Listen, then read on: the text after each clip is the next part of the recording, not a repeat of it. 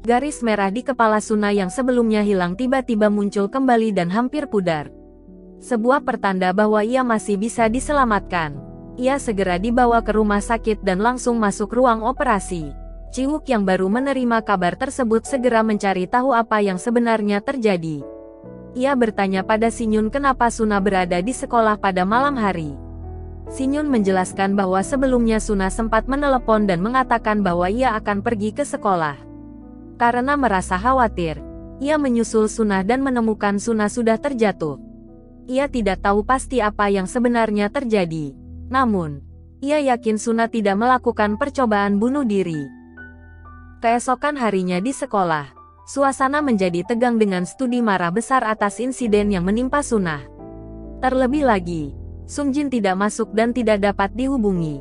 Ia memarahi para guru karena dianggap gagal mendisiplinkan siswa hingga peristiwa itu bisa terjadi di lingkungan sekolah. Ia bahkan menyatakan bahwa jika Suna memang ingin bunuh diri seharusnya dilakukan di rumah saja. Ucapan itu membuat salah satu guru tak terima dan membela Suna mengingat kondisi Suna yang masih hidup. Perdebatan pun terjadi. Para guru saling menyalahkan hingga salah satu dari mereka tidak sengaja tersenggol dan menjatuhkan berkas yang dibawanya. Mesum dibantu rekannya untuk memang kembali dokumennya. Sebelum pergi, Dewan Studi memberi perintah agar semua guru merahasiakan kejadian itu agar tidak menyebar keluar sekolah. Di dalam kelas, Hyong juga tidak hadir. Teman-temannya mulai menduga bahwa Hyong menjadi tidak bersemangat setelah kejadian yang menimpa Suna. Di ruang guru, Kyujin merasa bersalah atas insiden itu. Namun, rekannya meyakinkan bahwa kejadian itu murni kecelakaan. Mereka juga bingung dengan absennya Sung Jin yang tidak seperti biasanya menghilang tanpa kabar. Setelah suasana mereda, seorang guru bertanya pada Jungwoo tentang rumor dirinya yang akan melamar. Namun Jungwoo membantah dan menyatakan bahwa ia tidak berniat menikah lagi. Usai bekerja, Jungwoo pergi mengunjungi kakaknya. Mereka sudah lama tidak bertemu dan Jungwoo berencana menginap selama seminggu sebelum berangkat ke Kanada. Sementara itu di rumah sakit, Jiwook dengan setia menemani Suna. Sinyun yang melihatnya pun mulai mencari bukti. Tiba-tiba seorang siswi dari kelas lain bernama Kyung Yin datang dan ikut membantu. Ia merasa ada kejanggalan dalam insiden itu karena mengenal Suna sebagai gadis yang tidak mungkin melakukan hal nekat. Meski ia sering menjadi korban perundungan, ia mencurigai Hyong karena menghilang tepat setelah Suna jatuh. Sung Jin semula mengira Suna telah meninggal. Namun, Sinyun mengabarkan bahwa Suna masih hidup. Di lorong sekolah, Sinyun menghentikan Junsan dan mencoba kacamatanya. Yang ingin tahu apakah kacamata itu bisa memperlihatkan garis S. Di ruang guru, Jungwoo menemukan sebuah kacamata di mejanya. Ia bertanya pada Kyujin apa kacamata itu miliknya. Namun, Kyujin tidak tahu dan malah menyarankan Jungwoo untuk memakainya karena terlihat cocok. Ketika dikenakan, Jungwoo terkejut melihat garis-garis merah menjulur dari kepala para guru. Ia semakin tercengang saat melihat garis merah yang amat mencolok dari kepala Jiwook yang baru datang untuk menemui Kyujin. Jiwook memberitahu bahwa Suna tidak mencoba bunuh diri dan kasus itu kini sedang ia tangani. Ia datang untuk mencari siapa saja yang telah membeli Suna. Tapi kini Hyong juga menghilang. Jiwook menunjukkan foto Jiwon, mantan kekasih Suna yang sempat berkencan dengannya sebelum kejadian itu. Dari keterangan Jiwon, saat mereka sedang berkencan, Suna tiba-tiba panik dan terlihat mencari sesuatu. Jiwoo pun meninjau rekaman CCTV dan menemukan keterlibatan Hyong yang kemudian menghilang begitu saja. Jungwoo makan malam bersama kakak dan iparnya. Ia melihat banyak garis S di atas kepala keduanya.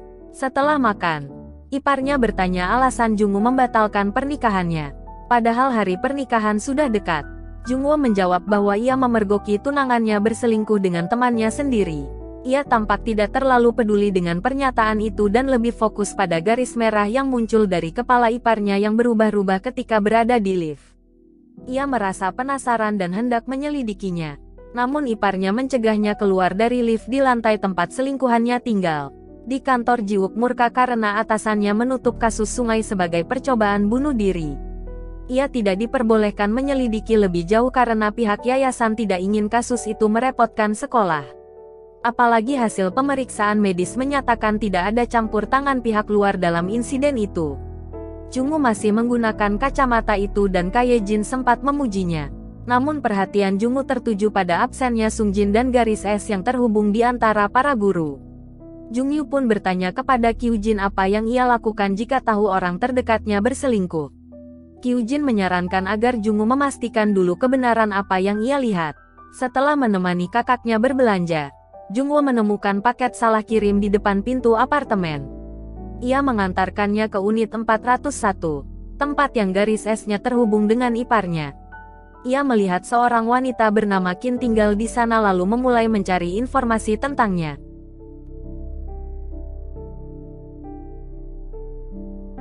Malamnya, setelah memberi penghormatan kepada mendiang ibu mereka, Jungwoo bertanya apakah selama ini kakaknya benar-benar bahagia dalam pernikahan.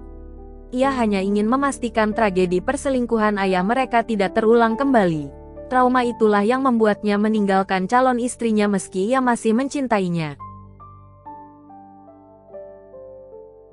Keesokan harinya di sekolah, foto Sungjin dan Hyung tersebar. Jungwoo melihat ada garis yang menghubungkan keduanya memperkuat dugaannya tentang hubungan iparnya dengan Qin. Di tempat lain, Jiwook dan Dongsik menemukan mayat Sungjin di tempat parkir bersama surat permintaan maaf untuk keluarganya. Jiwook memperkirakan Sungjin sudah meninggal 3 hari lalu.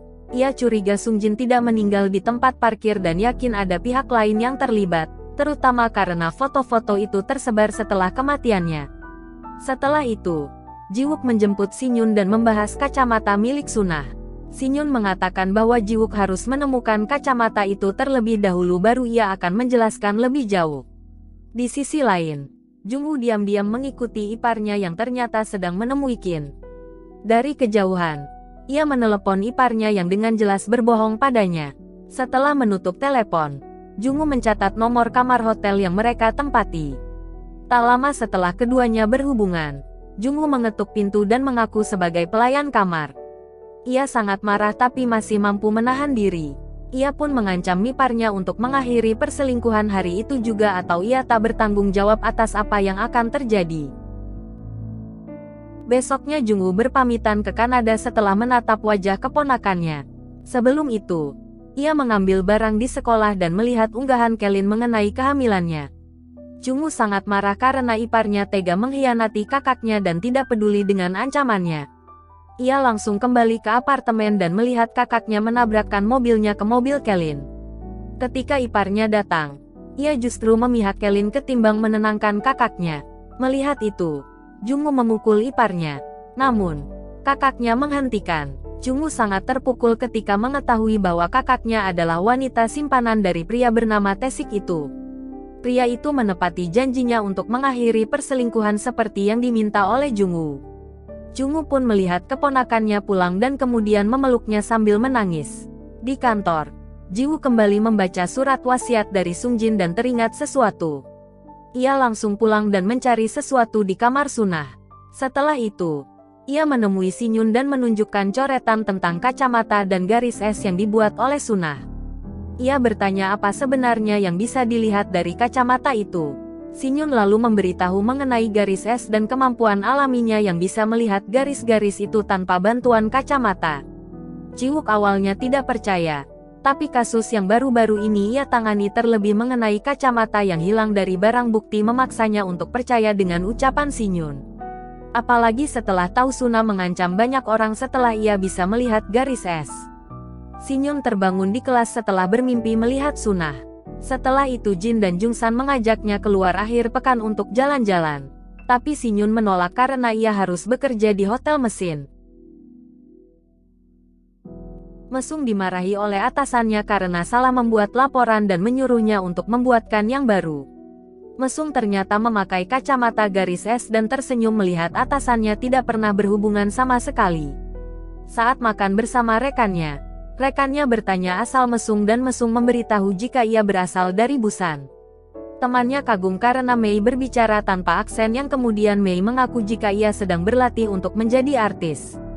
Tiba-tiba ia melihat guru seni lewat dan tampak tertarik pada pria yang kemarin menolongnya. Setelah itu, Mei menggunakan wig pink dengan pakaian merah sambil membawa stapler pergi ke hotelin. Ia memainkan stapler sambil tersenyum sebelum masuk ke hotel itu. Dan di akhir pekan, Shin mulai menjalani pekerjaan barunya menjadi resepsionis hotel Main. Jiwook dan Dong-sik memperhatikan papan operasi dari kasus Suna secara sembunyi-sembunyi. Dari penyelidikan yang ia lakukan selama ini, ia berspekulasi bahwa kacamata yang dipakai Suna menjadi penyebab. Apalagi tinggal Suna jadi berbeda ketika ia menggunakan kacamata itu sehingga melibatkan Sungji dan Hyung yang selama ini merundungnya. Anehnya Hyung tiba-tiba menghilang setelah mengambil kacamata Suna. Dong-sik penasaran dengan kacamata itu yang kemudian Jiwook memberitahu mengenai garis es. Di motel Kyungjin dan Junsan mengunjungi Sinyun yang saat itu sedang bekerja. Tak lama Mei menggunakan wig pink memesan kamar di hotel itu yang membuat Kung Jin merasa pernah melihat Mi di suatu tempat.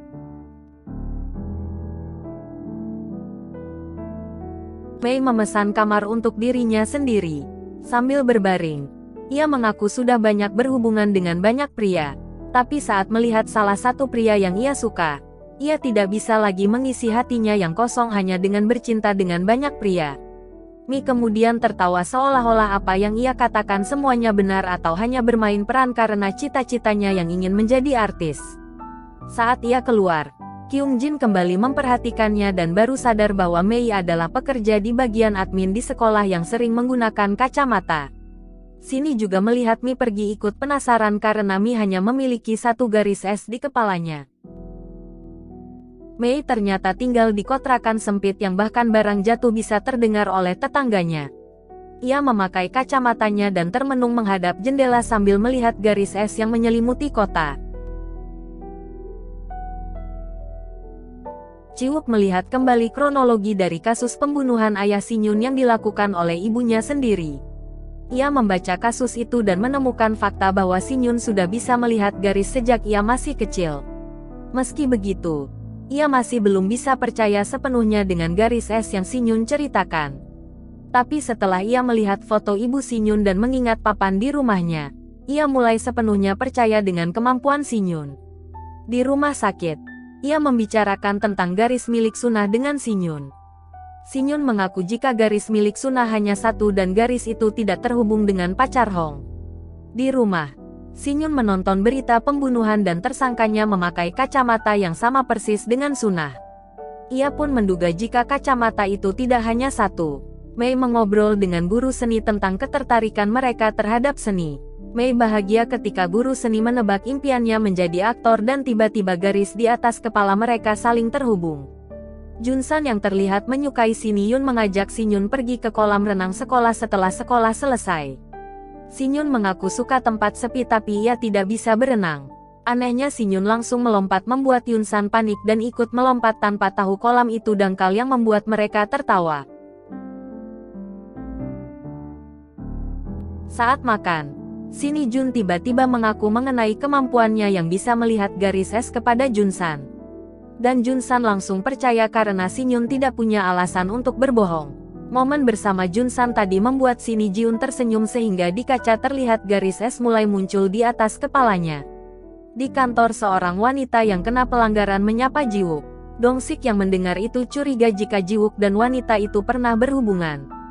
Kemudian saat memeriksa papan laporan kasus Suna, Dokik bertanya apa Jiwook benar-benar pernah menjalin hubungan serius dengan seorang wanita karena ia tahu Jiwook tidak memiliki pacar meski ia sering tidur dengan banyak wanita.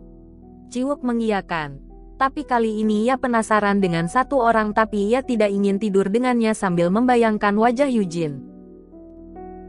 Sementara itu, Mei kembali ke motel dan memesan kamar yang sama. Siun yang sedang bertugas membersihkan kamar mendengar Maisung yang tertawa dan berbicara sendiri mengenai dirinya yang sudah tidur dengan banyak pria. Ternyata Mei sengaja sering memesan kamar itu karena di kamar itu dia bisa mengeluarkan keluh kesahnya tanpa didengar oleh orang lain. Dia juga menemukan kacamata di kamar itu menjadikan kamar itu sempurna untuknya. Tapi tak lama guru seni yang ia sukai masuk ke kamar sebelah bersama seorang wanita. Ia sangat terluka ketika tahu orang yang ia suka tidur dengan wanita lain. Ia melepas wignya dan turun untuk memperpanjang masa tinggal. Mesum membawa alat pemadam dan mencampur obat ke dalam botol. kemudian memberikan minuman itu kepada guru seni dan menunggu pacar guru seni di kamarnya.